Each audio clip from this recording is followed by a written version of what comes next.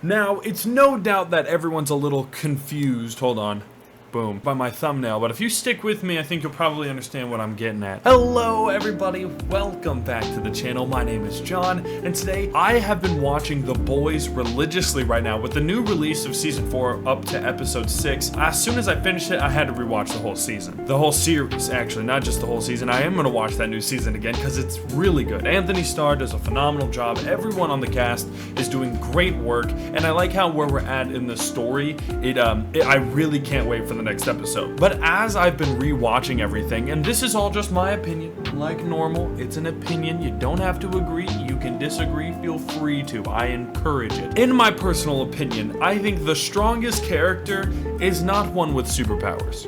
I know, my thumbnail probably put you for a loop.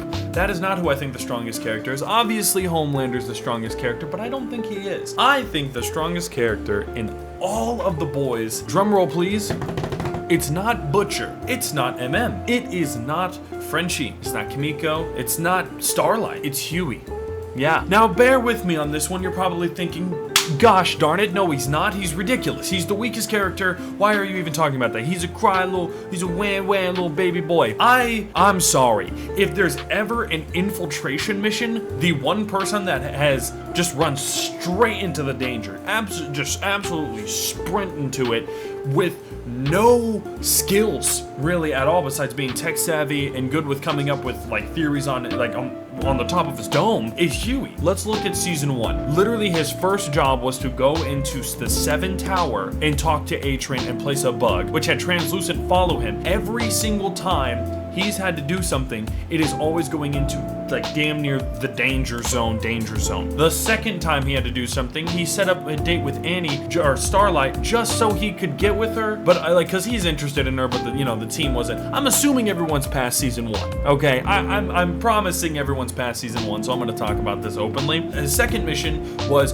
hanging out with Annie. His goal was to get closer with Starlight. He liked Starlight, but everyone made that his mission.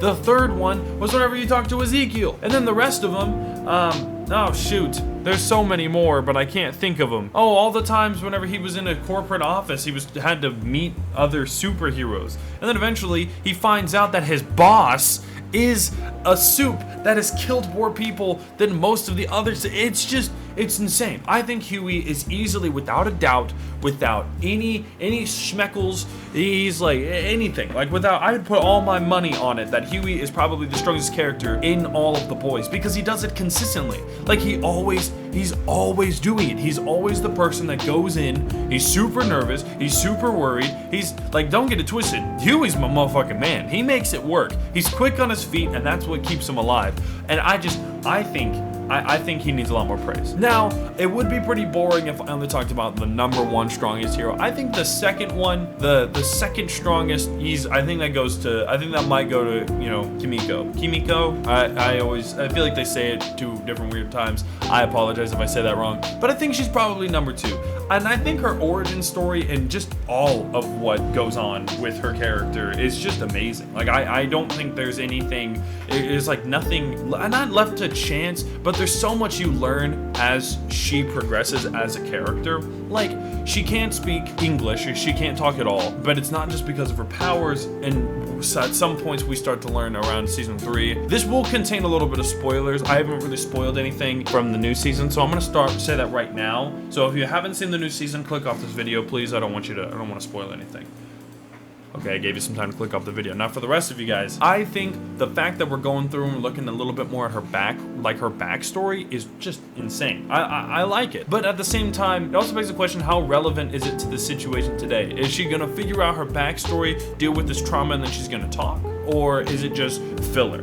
Because I feel like where we're at in season 4 is Homelander's crazy. He's beyond help at this point, and Firecracker is going to be the person that kind of puts him in check, I think. But at the same time, I don't think it's going to work as well as she wants it to. And I think it's going to become, their relationship is going to become, instead of a companionship and a loyal, like a king to a servant, to he's going to like worship her because she could do, or she's gonna view her as just a piece of meat, which he already does, but I feel like we're gonna see it in a more aggressive way, I think. I like how this just turned into like like some blah, blah, blah, like some theories I have. I don't know, and it could be anything. We could be seeing, this season is just insane, and it's so hard to put it into words because there's so many details about it. It was so bad, actually. When I was watching I just watched the episode where Homelander goes back to his house, and I went to go record a video, and I had to stop because I was just like, dude, that was such a crazy, it was such a crazy scene, and I think they did it super well.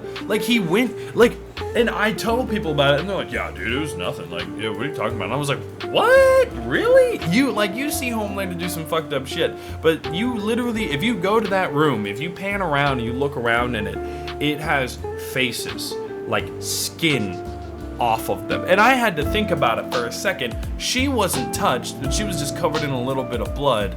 So does that mean that she was in the room as he ushered everybody in? Because the outside of the establishment, outside of the building, was perfectly fine. So they weren't like running away. It seems like he might have calmly ushered everybody into the room, shut the door, or kept the door open, and then just killed everybody. But like, some faces were not attached to the body. You know what I'm saying? Like that, so that means, what did you do? Did he stand by the door? Like, I feel like nobody really like paid attention to that, because I feel like that was insane. He was covered in blood, like Mortal Kombat brutality. He just ripped Katana in half above him. Yeah. Which I wouldn't be surprised if he did. I'm upset that they didn't show that. I think that would have been probably the best scenes I've ever seen in my entire life. Which, I don't know. I wouldn't want to see Huey in that situation. Or, you know what? I totally forgot about since we're talking about season 6, I could talk about the 2 craziest things that Huey's done so far. Accidentally sweat on Homelander and avoid laser beams. I mean, I don't know how the fuck it worked. I don't know how he survived, but he did. And slow clap. I was impressed. I thought that motherfucker. Huey's my favorite character, but I thought he was gonna die. I thought he was done for, cooked, finished. I don't know how he survived. Don't care. There's plot armor that I like, and that's plot armor that I like. And the second one is when he infiltrated in the spider web man. I don't know. It was such a knockoff, weird version of Spider-Man that it made me uncomfortable. But whenever he was that character, that was pretty scary. Tech Knight's a weird guy. He's a very weird guy, which actually made me wonder if superheroes existed, would they be more like freaky, kinky weirdos? Because like they're like have a power hierarchy? Because that's what I feel like we see all the time in The Boys. They always make them like super pervs or super horn dogs, and it's just like what are the chances that they're all like that, right? Like what is the statistic? It can't be that high, right? Like, cause that's weird. That's weird.